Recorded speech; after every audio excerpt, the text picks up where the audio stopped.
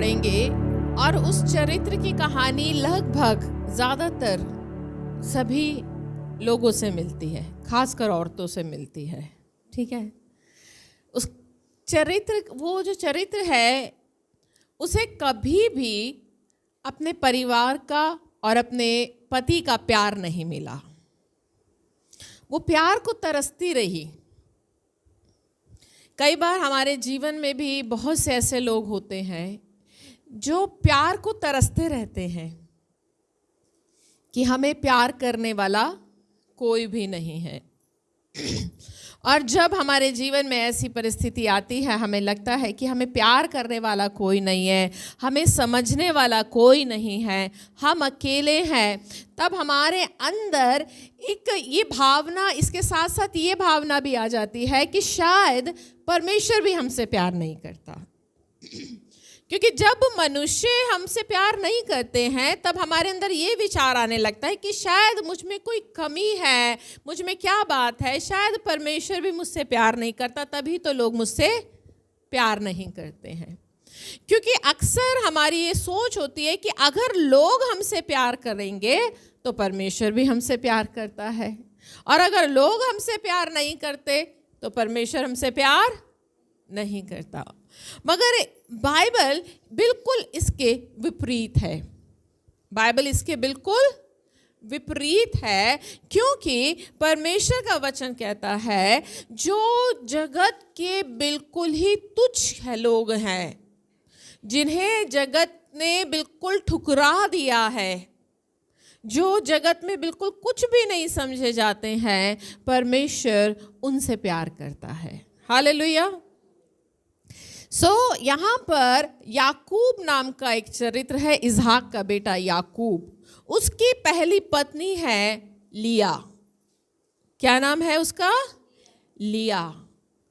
वचन बताता है कि याकूब और लिया का जो ब्याह हुआ था वो लगभग धोखे से हुआ था, क्योंकि याकूब उसकी छोटी बहन राहेल को पसंद करता था और उसने अपने ससुर के सामने प्रस्ताव रखा था राहेल से शादी करने का। मगर उसका ससुर ने, जो उसका मामा भी लगता था, उसने क्या किया, धोखे से पहले बड़ी बहन को उसके साथ ब्याह दिया, ये कहकर कि हमारे यहाँ पर ये रिवाज नहीं है कि जब तक बड़ी बहन कुंवारी रहे छोटी को ब्याह दे। उसने धोखे से ये कहकर उसके साथ में ये ब्याह उसका किया। अब चूंकि याकूब तो उसको पसंद नहीं करता था, याकूब का मन तो उसकी छोटी बहन राहेल पर था, वो छोटी बहन को पसंद करता था। अब उसका मन तो उसी के लिए था, और उसके मामा ने, यानी उसके ससुर ने उसके लिए सामने ये शर्त रखी थी कि अगर तुझे मेरी बेटी से शादी करनी है तो 7 साल तू पहले मेरी सेवा कर। उसने पहले ये शर्त रखी थी। याकूब ने 7 साल अपने मामा की भेड़ बकरियां चराई, और जब 7 साल पूरे हो गए और जब ब्याह का समय आया तब उसके मामा ने धोखा करके उसकी बड़ी बहन को ब्याह दिया। 7 साल वो खराब हो गए उसके। अब मामा चालाक था, चतुर था। अब मामा ने कहा तुझे दोबारा 7 साल मेरी सेवा करनी पड़ेगी, मेरी भेड़ बकरियां चरानी पड़ेगी, तब मैं तुझे छोटी बेटी ब्याहूंगा। और याकूब दोबारा 7 साल उसकी सेवा करने के लिए राजी हो गया, राहेल से शादी करने के लिए। इससे पता चलता है कि याकूब राहेल से कितना प्यार करता था कि पहले 7 साल उसने अपने मामा की, यानी अपने ससुर की भेड़ बकरियां चराई, वहाँ पर दासों के समान काम किया, उसके साथ धोखा हो गया, उसने दोबारा 7 साल दिए। तो आजकल के आशिक तो ऐसे होते नहीं है ना। जब उन्हें पता चलेगा भैया 7 साल जिसके लिए पापड़ बेले वो नहीं मिली, तो चलो ऐसे को ढूंढ लो जो इजीली मिल जाए। अब उसने तो बेचारे ने 14 साल पापड़ बेले राहेल को पाने के लिए। तो स्वाभाविक बात है कि उसका प्यार राहेल के प्रति कितना गहरा रहा होगा कि जहां उसने राहेल को पाने के लिए 14 साल सेवकों के समान काम किया, 14 साल नौकरों के समान काम किया। ये एक किसी लव स्टोरी से कम नहीं है। और आप सोचो, उस लव स्टोरी में उसको एक ऐसी लड़की दे दी जाए जिसे वो पसंद भी नहीं करता, जिसके लिए उसके अंदर कोई भावना नहीं है, कोई फीलिंग नहीं है, तो क्या वो उसको प्यार करेगा? नहीं करेगा। 14 साल तो उसने जितने भी परिश्रम किया, मेहनत की, दासों के समान काम किया, वो तो उसने राहेल के लिए किया था। क्या हुआ, जब 7वां साल उसका यानी 14वां साल उसका पूरा हो गया और जब उसको राहेल मिल गई, स्वाभाविक सी बात है उसने वो 7 साल भी राहेल के इंतजार में बिताए होंगे, उसने लिया को प्यार नहीं किया होगा। मत्ती की किताब और उसका 29 पद बताता है, जब याकूब की शादी राहेल के साथ हो गई, तब बताता है, तब याकूब राहेल के पास भी गया और उसकी प्रीति लिया से अधिक उस पर हुई और उसने लाबान के साथ रहकर 7 वर्ष और उसकी सेवा की।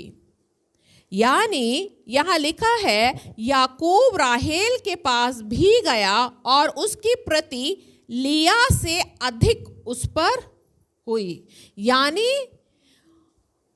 जब उसकी शादी राहेल से हो गई, तब उसका मन लिया से अधिक किस पर लगा? राहेल पर। वो राहेल से ज्यादा प्यार करता था। स्वाभाविक बात है, जब 14 साल बाद वो उसकी पत्नी के रूप में मिली होगी, तब उसकी खुशी का ठिकाना नहीं रहा होगा। दोनों बैठकर बातें करते होंगे, घूमते होंगे, साथ रहते होंगे, और ऐसे में उस बहुत से ऐसे चांसेस रहे होंगे जहां लिया को नज़रअंदाज किया गया होगा। उस समय वो लिया को भूल गया होगा, क्योंकि वचन बता रहा है कि उसकी प्रीति लिया से ज़्यादा राहेल पर हुई। और आगे जब क्या लिख रहा है, वचन बता रहा है, 31 पद बोल रहा है कि जब यहोवा ने देखा कि लिया अप्रिय हुई, तब उसने उसकी कोख खोली, पर राहेल बांझ रही। यानी जब यहोवा ने देखा कि लिया अप्रिय हुई, अब समय बीतता गया, ऐसे बहुत से चांसेस रहे होंगे कि जहां पर लिया ने उम्मीद करी होगी कि मेरा पति मुझसे बात करेगा, मेरा पति मेरे साथ सोएगा, मेरे पास आएगा, खाना खाने आएगा, मेरे साथ बैठेगा, मगर उसने उसकी तरफ ध्यान नहीं दिया। उसका मन तो सिर्फ राहेल पर, राहेल से बात करना, राहेल के पास जाना, राहेल के पर हर समय राहेल राहेल करता रहता होगा, और उसने लिया को बिल्कुल ही अवॉइड कर दिया। और ये चीज़ परमेश्वर ने भी देखी। कई बार हमें लगता है कि शायद मेरे हालात, मेरी परिस्थितियां कोई नहीं जानता। उस समय लिया पर जो बीत रहा था वो कोई नहीं देख रहा था, यहाँ तक कि याकूब और राहेल भी इन बातों से अनजान थे, मगर किसने देखा? परमेश्वर ने देखा। लिखा है, परमेश्वर ने जब यहोवा ने देखा, क्योंकि भजन संहिता 34 और उसका 15 अध्याय क्या कहता है? यहोवा की आंखें धर्मियों पर लगी रहती है। हालेलुया। सो परमेश्वर की आंखें तो वही धर्मियों पर और पृथ्वी पर लगी रहती है। आप किस कंडीशन पर हो, आपको अवॉइड किया जा रहा है, आपको कोई पूछ नहीं रहा है, आप प्यार के लिए तरस रहे हो, आप दोस्ती के लिए तरस रहे हो, आप इसलिए तरस रहे हो कि कोई मुझे पूछ ले, कोई तो मुझ पर ध्यान दे ले। शायद आपके परिवार वाले ना देख रहे हो, आपकी पत्नी ना देख रही हो, आपके पति ना देख रहे हो, आपके बच्चे ना देख रहे हो, माता पिता ना देख रहे हो, बहन भाई ना देख रहे हो, मगर कोई तो है जो आपको देख रहा है, और वो है हमारा परमेश्वर। परमेश्वर को पता है कि लोग आपको अप्रिय जान रहे हैं। परमेश्वर को पता था कि लिया को अप्रिय जाना गया है। अगर आज आपके साथ भी ऐसा व्यवहार हो रहा है ना, तो आप ये मत सोचना कि किसी को नहीं पता ये बात। तो परमेश्वर को पता है कि अगर आपका पति आपसे ज़्यादा किसी और को चाह रहा है, अगर आपके पति का मन कहीं और लगा है, वो आपसे प्यार नहीं करता है, तो भी ये बात परमेश्वर को पता है। और ऐसे में परमेश्वर एक काम करते हैं। वो काम क्या किया है परमेश्वर ने? तब परमेश्वर ने राहेल की कोख खोली। क्या लिखा है? और उसकी लिया की कोख खोली। कोख खोलना मतलब ब्लेसिंग। कोख माने ब्लेसिंग। तब परमेश्वर ने, जब लिया को अवॉइड किया जा रहा था, निग्लेक्ट किया जा रहा था, आज हो सकता है आपके जीवन में ऐसी परिस्थितियों हो जहां आपको लग रहा हो कि मुझे अवॉइड किया जा रहा है, और आप इंतज़ार में होगे कि भाई मुझे तो कोई पसंद नहीं करता, और तब हमारे अंदर इतनी निराशा भर जाती है। तब प्रभु अपने वचन के माध्यम से ये बताना चाहते हैं, ये सिखाना चाहते हैं कि आज अगर आपके परिवार के लोग, आपके रिश्तेदार, आपके अपने आपको अवॉइड भी करते हैं, आपको नज़रअंदाज भी कर रहे हैं, तो आप ये मत सोचें कि मैं अकेली हूँ या मैं अकेला हूँ। ऐसे में परमेश्वर आपको देखते हैं और परमेश्वर आपकी कोख को खोलते हैं। कोख माने ब्लेसिंग। ऐसे में परमेश्वर आपको ब्लेसिंग देते हैं, और वो ब्लेसिंग थी, उसको संतानें दी, उसको बेटे दिए, और वो तब भी अपने पति के प्यार के लिए तरसती रही। वचन बताता है जब उसका बेटा हुआ, लिखा है तब 29 के 32 में अतः लिया गर्भवती हुई और उसके एक पुत्र उत्पन्न हुआ, और उसने यह कहकर उसका नाम रूबेन रखा, यहोवा ने मेरे दुख पर दृष्टि की, अब मेरा पति मुझसे प्रीति रखेगा। जब उसके बेटा हुआ, जब पहला बेटा हुआ, उसने उसका नाम रूबेन रखा। रूबेन का मतलब ये है यहोवा ने मेरे दुख पर दृष्टि की, अब मेरा पति मुझसे प्रीति रखेगा। अब देखने वाली बात है, पहला बेटा हुआ है, अभी तक किसी के बेटा नहीं हुआ था, उसकी 2 पत्नियां थी। अब जब पहला बेटा होता है तो स्वाभाविक होता है कि पति का रुझान ऐसे में अपनी उस पत्नी की तरफ चला जाता है जिससे संतान उत्पन्न होती है ना? ऐसे ही होता है, मगर यहाँ पर ऐसा नहीं हुआ। उसे उम्मीद थी कि अब मेरा बेटा हुआ तो मेरा पति मुझसे प्रीति रखेगा, यानी उसको प्यार नहीं मिल रहा था। आप जरा सोचिए वो किस कंडीशन में जी रही थी।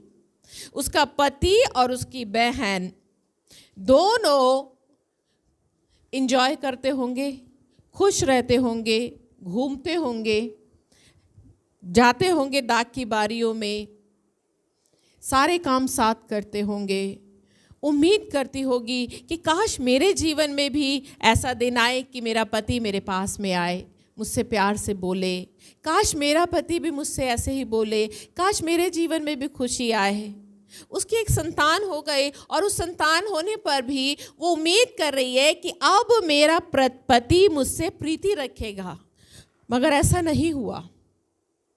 वचन आके बता रहा है 29 के 34 में, फिर वह गर्भवती हुई और उसके एक पुत्र उत्पन्न हुआ, और उसने कहा अब की बार तो मेरा पति मुझसे मिल जाएगा। जब उसका ये तीसरा बेटा हुआ, इसके बाद उसका एक और बेटा हुआ, तब भी उसके पति ने उसकी ओर ध्यान नहीं दिया। अब उसका तीसरा बेटा हुआ। आप जरा सोचो, जरा उस औरत की कंडीशन, उसका दर्द सोचो। उसका तीसरा बेटा हो गया है, वो सोच रही है अब की बार तो मेरा पति मुझसे मिल जाएगा, क्योंकि उससे मेरे 3 पुत्र उत्पन्न हुए। इसलिए उसका नाम लेवी रखा।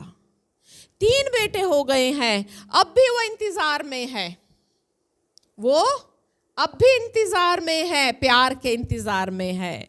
अब भी वो इंतजार में है कि मुझे इज्जत मिलेगी, मगर उसे इज्जत नहीं मिली है। कई बार हमारे जीवन में भी जब इंतजार करते हैं तो हमारे जीवन में क्या होता है? इंतजार के बाद हमें क्या लगता है? निराशा होती है। नहीं, इतना समय हो गया है प्यार का इंतज़ार करते करते, इतना समय हो गया है कि हमें पूछा जाएगा, ना हमें प्यार मिलता है ना हमें इज्जत मिलती है। मगर हमेशा याद रखना आप, क्योंकि परमेश्वर का वचन बताता है कि परमेश्वर ने तुच्छों को चुन लिया है, परमेश्वर ने गिरे वो को चुना है, जो त्यागे हुए हैं परमेश्वर ने उनको चुना है। लिया त्यागी हुई थी। लिया एक इस औरत के समान थी जिसे उसके पति ने त्याग दिया था, उसकी बहन ने त्याग दिया था, उसके पिता ने उसके साथ धोखा करके उसका ब्याह एक ऐसे व्यक्ति के साथ कर दिया था जो उसे प्यार भी नहीं करता था। जरा सोचिए उस स्त्री की कहानी जिसे ना तो पिता ने समझा ना ही बहन ने। बहन भी उससे डहा करती थी। 30 का 1 पद बताता है, बहन क्या करने लगी? उससे डहा करने लग गई, जलने लग गई। बहन के अंदर भी जलन है, प्यार नहीं है। आप जरा ऐसी परिस्थिति में अपने आप को जरा रख कर देखिए कि ऐसी परिस्थिति जहां आपको प्यार ना मिल रहा हो, आप ही की अपनी सगी बहन आपसे डहा कर रही है, जलन कर रही है, आपका अपना कोई समझने वाला नहीं है, तब ऐसे में सिर्फ निराशा और अंधकार लगता है। ऐसे में नहीं लगता कि परमेश्वर भी मुझे प्यार करता है। उम्मीद ही नहीं होती कि परमेश्वर मुझसे प्यार करता है या मेरे अंदर भी कोई आशा की किरण है। हम इतने निराश हो जाते हैं ना जब हमें लोगों से एक्सेप्टेंस नहीं मिलती है, जब हमें लोगों से प्यार नहीं मिलता है, तब हम परमेश्वर से भी एक्सेप्टेंस और प्यार की उम्मीद छोड़ देते हैं। हमें नहीं लगता कि प्रभु भी हमसे प्यार करता है। मगर जब लिया के चौथा बेटा हुआ, तब लिखा है, तब लिया के चौथा बेटा हुआ और 35 में लिखा है, वह फिर गर्भवती हुई और उसके एक पुत्र उत्पन्न हुआ और उसने कहा, अब की बार तो मैं यहोवा का धन्यवाद करूंगी। हालेलुया। 3 बेटे हो गए, उसे प्यार नहीं मिला, मगर चौथा होते होते वो परमेश्वर का धन्यवाद करना सीख गई थी। यानी उसने अपने दुख पर जय पा लिया था। अब वो क्या कह रही है? अब मैं यहोवा का, अब की बार तो मैं यहोवा का धन्यवाद करूंगी। इस बार उसने ये उम्मीद नहीं करी थी कि मेरा पति आकर मिलेगा। अब की बार तो उसने क्या किया? यहोवा का धन्यवाद किया। और जब धन्यवाद किया तब उसके कोख से पता है कौन उत्पन्न हुआ? यहूदा। कौन पैदा हुआ? जब उसने धन्यवाद किया। और यहूदा जानते हो कौन है? जिस वंश से यीशु मसीह पैदा हुआ। कब? जब उसने धन्यवाद किया। किस परिस्थिति में? त्यागी हुई परिस्थिति में। उसे कोई एक्सेप्ट नहीं कर रहा। आज हमारे जीवन में भी ऐसी ही परिस्थितियां होती है जहां हमें कोई प्यार नहीं करता, कोई इज्जत नहीं देता और हम लोगों के इंतजार में रहते हैं। और लोगों के इंतजार में हम सिर्फ उम्मीद करते रहते, अब की बार तो मुझे समझा जाएगा, अब की बार तो मुझे अपनाया जाएगा। और हम हमेशा लोगों को ही खुश करने में लगे रहते हैं। पौलुस क्या कहता है? यदि मैं मनुष्य को ही प्रसन्न कर रहा होता तो मैं परमेश्वर का दास ना होता। उसने भी कहा है लोगों को खुश नहीं करना, और मगर हम क्या करते हैं? हम जितने भी लोग हैं, हम अपने दुख में लोगों को खुश करने की कोशिश करते रहते हैं। काश मेरा पति इससे तो खुश हो जाएगा, मेरे बच्चे इससे तो खुश हो जाएंगे, मेरी पत्नी इससे तो खुश हो जाएगी, मेरे रिश्तेदार इस बात से तो खुश हो जाएंगे। लोगों को खुश करने में लगे रहते हैं। मगर हम परमेश्वर का धन्यवाद नहीं करते उस परिस्थिति में। आप सोचिए, जब लिया ने धन्यवाद किया तब उसके कोख से यहूदा पैदा हुआ और लिया उस वंश की आदि माता ठहरी जिससे यीशु मसीह ने जन्म लेना था। परमेश्वर ने लिया को चुना। वचन बताता है राहेल सुंदर थी, लिया की आंखें धुंधली थी, चुंदली थी, वो इग्नोरेंस थी, इग्नोर किया गया था उसको, उसे एक्सेप्टेंस नहीं मिली, अपने पति का प्यार नहीं मिला, राहेल को प्यार भी मिला। तो इस हिसाब से तो यीशु मसीह को राहेल के वंश से पैदा होना चाहिए था, क्योंकि उसे सब कुछ मिला। क्योंकि हमारी नजर हमेशा कहां पर रहती है? जहां सब कुछ होता है। क्या जीवन है इसका? है या नहीं? अच्छा खाते हैं, अच्छा रहते हैं, इनके परिवार में तो देखो प्यार भी है, इनके पास तो नौकरी भी है, इन्हें तो किसी भी चीज़ की कमी नहीं है, प्रभु तो इन्हें ही इस्तेमाल करेगा, हमें थोड़ी ना। हमारी नज़र तो ऐसी ही है। मगर परमेश्वर का देखना और मनुष्य का देखना दोनों बहुत अलग है। क्योंकि परमेश्वर मन को देखता है, हृदय को देखता है, और मनुष्य क्या देखता है? बाहरी रूप को देखता है। याकूब ने क्या देखा था? राहेल का रूप ही तो देखा था कि वो सुंदर है। उसने उसका रूप थोड़ा ना देखा था। उसने उसका रूप नहीं देखा कि ये अपनी ही बहन से ढा करती है, ये अपनी ही बहन से चिढ़ती है। अरे ऐसी सुंदरता का क्या फायदा जो अपनी ही बहन से, जिसकी आंखें कमजोर है, जो वो बहन जो कमजोर है, शायद देखने में सुंदर हो ना हो, शायद कहीं ना कहीं उसकी आंखों में कोई कमी रही हो, वो उस चीज के लिए उसने अपनी बहन से प्यार नहीं किया। मगर याकूब तो भी उसी स्त्री से प्यार कर रहा है। मगर परमेश्वर ने, वचन क्या कहता है? परमेश्वर ने जब देखा कि लिया अप्रिय हुई, परमेश्वर ने लिया का क्या देखा? मन देखा, उस अपमान को देखा जो वो अपने पति और अपनी बहन से सह रही थी।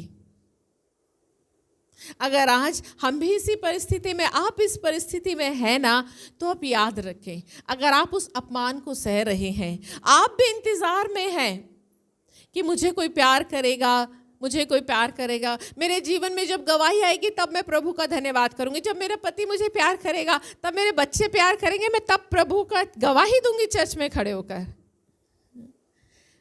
उसने तो उस परिस्थिति में भी प्रभु का धन्यवाद किया। उसका पति प्यार नहीं कर रहा था, यहां तक कि उसके बाद भी उसको प्यार नहीं किया। आपको पता है, वचन बताता है उसके 4 बच्चे हो गए, उसने तो भी उसको प्यार नहीं किया। जब वो अपने भाई एसाव से मिलने जा रहा था और एसाव उसको मारने के लिए आ रहा था, एसाव भी उस मिलने के लिए आ रहा था, तब उसके मन में डर था, मैं अपने भाई एसाव से मिलने जा रहा हूं, कहीं ऐसा ना हो, क्योंकि मैंने एसाव के साथ में धोखा किया था, छल से इसकी आशीष ले ली, इसके पहलौठेपन का अधिकार ले लिया, इसके मन में तो मेरे लिए गुस्सा है, अभी मुझे मारेगा पकड़ के। तब ऐसे में इसने पता है क्या किया? इसने आगे आगे पहले दल बनाए, खूब सारी भेंट रखी, और सबसे पहले तो अपनी दासियों को रखा, उन दासियों से जो बच्चे पैदा हुए थे उनको रखा, ताकि अगर मेरे भाई को मारना होना तो पहले मेरी दासियों को और उनके बच्चों को मारे। उनके पीछे उसने लिया को रखा, लिया और उसके 4 बच्चों को रखा, और उसके पीछे उसने राहेल को रखा, राहेल को बिल्कुल सेव रखा, जिससे मात्र उसके 2 बच्चे हुए थे, यूसुफ और बिन्यामीन, 2 बच्चे हुए थे। उसका प्यार अभी भी राहेल से बना हुआ है। उसका प्यार तब भी लिया के प्रति आया नहीं। 4 बच्चे होने के बाद भी आप सोचिए, आपको लग रहा होगा अब तो 4 बच्चे हो गए होंगे तभी तो वो धन्यवाद कर रही है। अरे उसकी जिंदगी में तो प्यार ही नहीं था, सारी जिंदगी वो प्यार को ही तरसती रही, मगर तो भी वो परमेश्वर का धन्यवाद कर रही है। उसने उस परिस्थिति में भी धन्यवाद किया जब उसके जिंदगी में प्यार नाम की चीज ही नहीं थी। मगर हम धन्यवाद कब करना चाहते हैं? जब प्यार मिल जाएगा, तब हम गवाही देंगे कि मेरी ज़िंदगी में मुझे प्यार मिला, मुझे इज्जत मिली। और लिया ने उस परिस्थिति में भी धन्यवाद किया। एक गवाही है, विश्व की बहुत बड़ी प्रचारक है जॉयस मेयर, आप सब जानते होंगे, है ना? आपको मालूम है बचपन में उनके साथ में क्या हुआ है? वो भी प्यार को तरसती रही। उनके पिता ने उनका शारीरिक शोषण किया और लगभग 200 बार, एक बार नहीं, 2 बार नहीं, 10 बार नहीं, 200 बार। वो बताती है कि वो अपना मुंह भी नहीं खोल पाती थी जब अपनी माँ से इस बारे में जिक्र करती थी कि मेरे पिता मेरे साथ में ऐसा करते हैं। तब माँ इतनी कमज़ोर थी कि माँ इस बात का सामना भी नहीं कर पाती थी। और इस बात को लेकर जॉयस मेयर के मन में भी ये बात आ गई कि कोई मुझसे प्यार नहीं करता है, मेरी ज़िंदगी में कमी है। उनके परिवार में पिता का तो प्यार था ही नहीं, माँ भी ऐसी थी कि प्यार नहीं करती थी, उनके बहन भाई उनसे प्यार नहीं करते थे। और वो बताती है मेरी ज़िंदगी ऐसी थी कि मेरे अंदर प्यार नाम की चीज़ ही नहीं थी। उन्होंने भी उम्मीद खो दी थी, वो भी प्यार को तरस रही थी। शादी की, शादी भी असफल रही। जब पहली शादी की वो पति भी छोड़कर चला गया, शादी भी नहीं बनी। अब ज़रा सोचिए, एक ऐसी लड़की की कहानी जो बचपन से ही अपने पिता के द्वारा शारीरिक शोषण हो रहा है, उनका बलात्कार हो रहा है, उनके साथ में कितना गलत हो रहा है, किस परिस्थिति, क्या मानसिक स्थिति रही होगी उनकी। मगर उनके जीवन में जब उन्होंने परमेश्वर को अपनाया और परमेश्वर की महिमा करी, प्रभु को अपने जीवन में महिमा का स्थान दिया, अपने जीवन में परिवर्तन को देखा, और आज वो विश्व में इतने बड़े स्तर पर प्रचार कर रही हैं। पता नहीं कितने देशों में उनकी सेवा हो रही है, 96 पता नहीं कितने देशों में उनकी सेवा हो रही है। खाली एक देश में सेवा नहीं कर रही वो भी प्यार को तरसती थी, जिंदगी भर प्यार नहीं मिला। परमेश्वर चुनता किनको है? ऐसों को ही तो चुनता है। हमारी कलीसिया में एक भाई हैं, भाई महिपाल, आप उनको सब जानते होंगे। आपको पता है उनके परिवार की परिस्थिति भी कुछ ऐसी ही है। उनके परिवार में उनकी पत्नी और उनके बच्चे, कोई उन्हें प्यार नहीं करता। प्यार तो दूर की बात है, उन्हें एक गिलास पानी भी नहीं दिया जाता, उन्हें खाना भी नहीं दिया जाता। वो बाहर होटल में खाना खाते हैं या कभी कभी अपने क्षेत्र प्रचारक के यहाँ पर खाना खाते हैं। उनके हाथ से रोजगार भी ले लिया उनके बेटों ने। वो सिर्फ घर में रहते हैं, उन्हें परिवार के लोगों को इससे कोई मतलब नहीं है कि वो बीमार है, उन्होंने खाना खाया है या नहीं खाया है। मगर वो तब भी परमेश्वर की महिमा कर रहे हैं और आज जगह जगह जाकर परमेश्वर का प्रचार करते हैं और बहुत से लोगों को प्रभु के बारे में बताते हैं। आज हमारे जीवन में यही सोच होती है कि जब लोग हमसे प्यार करेंगे, लोग हमें एक्सेप्ट करेंगे, तभी परमेश्वर भी हमें एक्सेप्ट करेंगे। हमें अपनी सोच को बदलना है। हमें बाइबल के चरित्र से सीखना है, जो जिंदगी भर प्यार को तरसता रहा, उसको परमेश्वर ने चुना यीशु मसीह के लिए कि यीशु मसीह को इसके वंश से लेकर आना है। अगर हम आज कहीं ऐसी परिस्थिति में हैं, अगर हमारे जीवन में भी ऐसी परिस्थिति है और अगर हम वास्तव में परमेश्वर का धन्यवाद करना सीख जाएं, धन्यवाद का मतलब मुंह से धन्यवाद नहीं करना है, यहाँ से। अगर यहाँ से सचमुच में हम धन्यवाद करना सीख जाएंगे ना, तो परमेश्वर आपको भी लिया के समान एक आशीष का स्रोता बना देगा। ऐसा बना देगा कि आप दूसरों के लिए आशीष का कारण बन जाएंगे, दूसरों को आशीष देने वाले बन जाएंगे। आपके जीवन में भले ही आपके परिवारों के लोगों ने प्यार किया हो ना किया हो, मगर परमेश्वर का प्यार आपके जीवन में इतना अधिकाई से होगा कि आपके पास में संभालने के लिए नहीं होगा।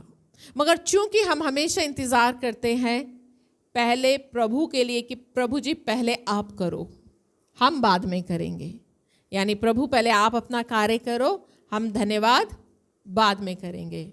सो हम हमेशा ही इस इंतज़ार में रहते हैं और हमेशा ही अपनी आशीषों को टालते रहते हैं।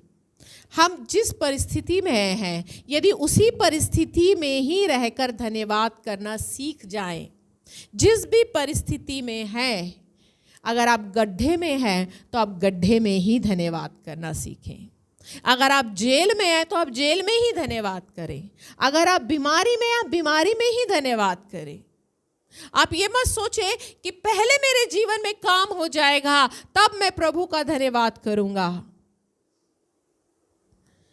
प्रभु यीशु मसीह ने थोमा को कहा था, तू तो देखकर विश्वास करता है, मगर धन्य वो हैं जो बिन देखे विश्वास लाते हैं। वो व्यक्ति धन्य है जो बिन देखे ही अपने जीवन में कार्य धन्यवाद करता है। जो व्यक्ति काम होने के बाद में प्रभु को धन्यवाद कहता है, उसके लिए प्रभु नहीं कह रहा है कि धन्य है, वो तो करेगा ही, क्योंकि उसके जीवन में काम हुआ है। यदि आपके जीवन में आज काम नहीं भी हुआ है, आप इंतजार में हैं, आप प्रभु का धन्यवाद करना शुरू कर दीजिए। आप प्रभु का धन्यवाद करेंगे, परमेश्वर आपके जीवन को आशीषों से भर देंगे। हालेलुया। प्रभु आप सब लोगों को आशीष दे। आइए हम सब लोग प्रार्थना करें। स्वर्गीय पिता, हम बहुत ही धन्यवाद के साथ प्रभु आपके पवित्र चरणों के पास में आते हैं। मेरे राजा, मैं आपसे प्रार्थना करती हूँ, आपकी दया और आपका अनुग्रह आपके लोगों पर होने पाए। आज इस वचन के द्वारा पिता, जो कुछ भी आपने सिखाया है, होने दीजिए आपके लोग उन वचनों को सीखने पाए। मेरे प्रभु, मैं प्रार्थना करती हूँ, आज आपके बहुत से ऐसे बेटे बेटियां हैं जो आज उस प्यार को और उस एक्सेप्टेंस को तरसते हैं पिता, जो उन्हें परिवार से और अपने लोगों से नहीं मिली। मेरे प्रभु, वो इंतज़ार करते हैं कि कोई उन्हें प्यार करे, मगर उन्हें प्यार करने वाला नहीं है। हे मेरे राजा, मेरे परमेश्वर, मैं प्रार्थना करती हूँ, अपना हाथ अपने लोगों की ओर बढ़ाइए और आप अपने लोगों को छूने की दया कर दें। छू लीजिए मेरे प्रभु, अपना गहरा स्पर्श अपने लोगों के जीवन पर बनाइए पिता, और इन्हें स्पर्श करें और इनके दिल पे लगे हुए घाव यीशु मसीह के नाम से दूर हो जाए। प्रभु आप इन्हें चंगाई दे पिता, आप इन्हें छू लें, चंगाई दे मेरे पिता, और इनका दुखी मन, शोकित मन आनंद से भर जाए। मेरे प्रभु आप छू लीजिए पिता, और इन्हें भी लिया के समान धन्यवाद करना सिखाइए, ताकि प्रभु ये उस बड़े छुटकारे के लिए, उस छुटकारे को लाने का कारण बन जाए, जिस रीति से लिया ने धन्यवाद किया और उसके द्वारा यहूदा का गोत्र उत्पन्न हुआ। पिता, मेरे पिता, आप अपने इन बेटे बेटियों पर अपना अनुग्रह करें और इन्हें उस परिस्थिति में धन्यवाद करना सिखाइए पिता, ताकि ये भी बहुतों के लिए आशीष का कारण बन जाए। हे मेरे परमेश्वर, मेरे पिता, अपनी दया, अपना अनुग्रह तमाम लोगों पर बनाइए और प्रत्येक को छू के प्रभु आप आशीष दें। आपका अनुग्रह और आपकी दया आपके लोगों पर बनी रहे। मसीह यीशु के नाम से मांगते हैं, आमीन, फिर आमीन।